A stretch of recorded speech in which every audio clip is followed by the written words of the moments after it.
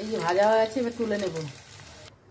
এই যে আমি তেলের মধ্যে জিরা ফোড়ন দিয়ে দিলাম আর তেজপাতা, শুকনো লঙ্কা দিয়ে দিলাম আর দারচিনি এলাচ দিয়ে দিলাম।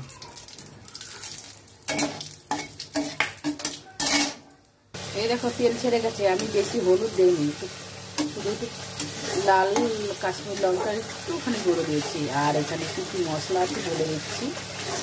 লঙ্কা আছে, কাঁচা লঙ্কা, কাঁচা কি হাফ পাকা লঙ্কা, আদা, জিরে, ধনে আর একটু বাদাম, পোস্ত আর একটু তিল, সাদা তিল, আর টমেটো একটা, আর একটু দই দিয়েছি। একটু দই ঘরে ছিল, ওটা শেষ করে যেটা নিয়েছি, না দুটো একসঙ্গে দিতাম না।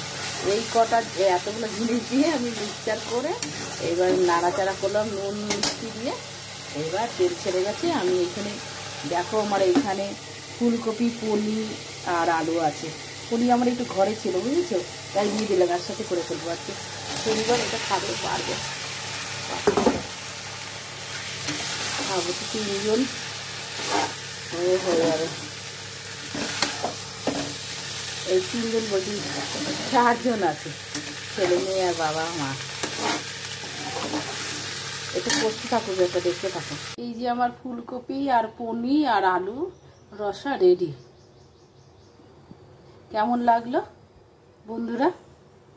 হ্যাঁ, এইভাবে করে খাবে। হ্যাঁ, আর যখন ঘরে নিরামিষ খাবে, যদি একটু পনির থাকে, ফুলকপি থেকে আলু থাকে, আর যা যা মশলা দিলাম দেখলে শুলে, এইভাবে করে খাবে। একটু নামানোর সময় ঘি দিয়ে দেবে, ঘিটা দেখেনি।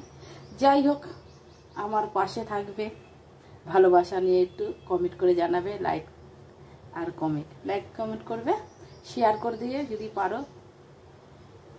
টাটা।